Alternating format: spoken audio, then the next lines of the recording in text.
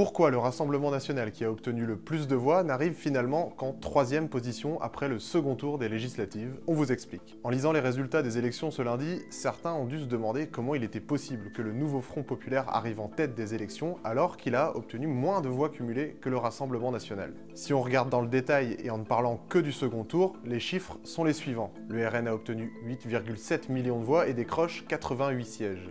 Le nouveau Front populaire a obtenu 7 millions de voix, mais décroche 146 sièges.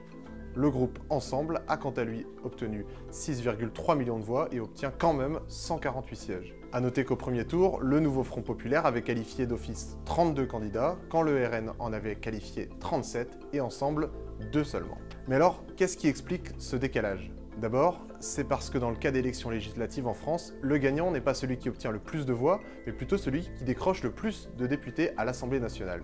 Ensuite, parce qu'on parle d'un scrutin majoritaire à 2 tours, c'est-à-dire qu'on élit dans chaque circonscription le candidat qui obtient le plus de voix sur 2 tours.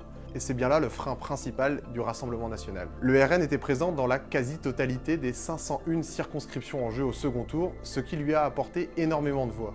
Mais les très nombreux désistements ont complètement changé la donne. En duel, le parti de Jordan Bardella a perdu 240 matchs sur 327 contre des candidats de la gauche, du centre et de la droite, avec donc moins de députés que prévu à l'arrivée. Les désistements ont clairement changé la donne, d'autant que le barrage républicain a fonctionné à plein.